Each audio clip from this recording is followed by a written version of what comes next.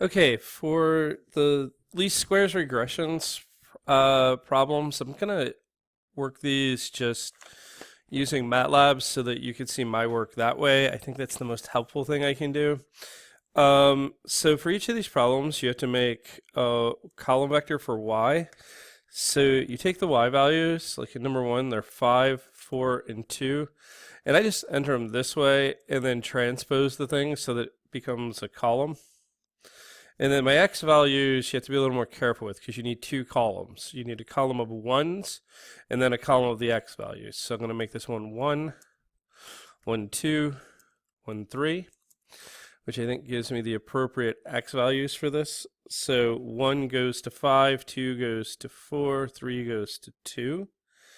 And then the magic formula here is x transpose, right, times x, and we have to invert all that, so it's the inverse of x transpose times x, and then times x transpose times y. Should make that work. Oops, times y. There we go.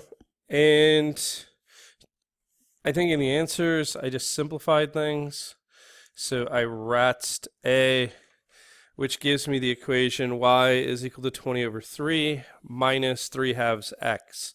So note the constant term is the top one, and the coefficient for the linear term is the one in the bottom. So let's move on to problem 2. And that problem, y is 1, 3, 2, 4, 4. X is 1, 2. 1, 3, 1, 4, 1, 5, 1, 6. All right, so I'm going to reach for that formula again and then rats it. So this one is just going to be y is 7/10 x. Okay, so number 3. Y is 4, 2, 1, negative 2, negative 3. And x is 1, negative 2, 1, negative 1, 1, 0, 1, 1, 1, 2. And grab the formula again. And that means I've got 2/5 minus 9/5 x. We're same but different. Y is 1, 3, 2, 4, 5. X is 1, 1, 1, 1, 1, 1, 1, 1, 1, 2. And run that, which gives me y is equal to 5 halves x. Now, problem 5 kind of gives an application to it and asks us for a little bit more information here, right? So in problem 5, we're going to make the yield the y values and the amount of fertilizer the x's. So y is going to be 32, 41, 48, 53. And the x's will be 1, 1, 1, 1.5, 1, 2, and 1, 2.5. And when we run the regression, we get y is 19 plus 14x. Now, part B of the problem says, well, what if I put 16 pounds of fertilizers down, right? So that's going to be the little y being 19 plus 14 times 1.6, right? Would be 16 pounds, 160 pounds of fertilizer. So that tells me I'm at about 41.4 bushels per acre.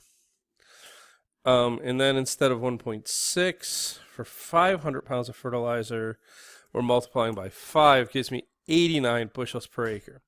Now, this would be great if it were true. If you just kept adding fertilizer, you would get more food, but that's not how it works.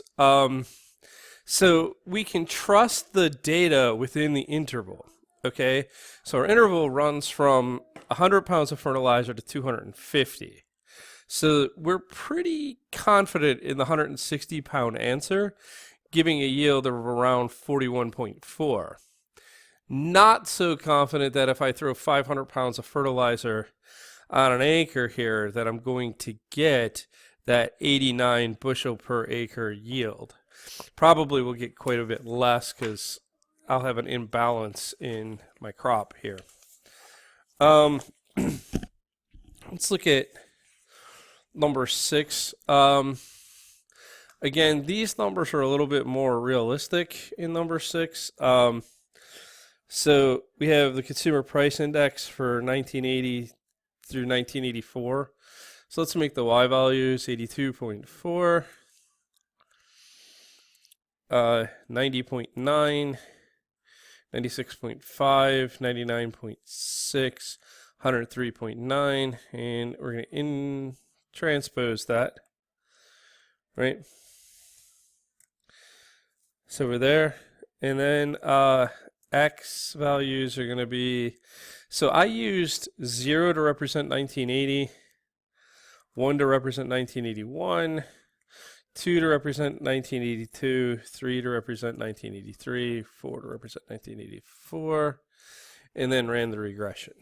It makes it a little bit easier to work with the numbers.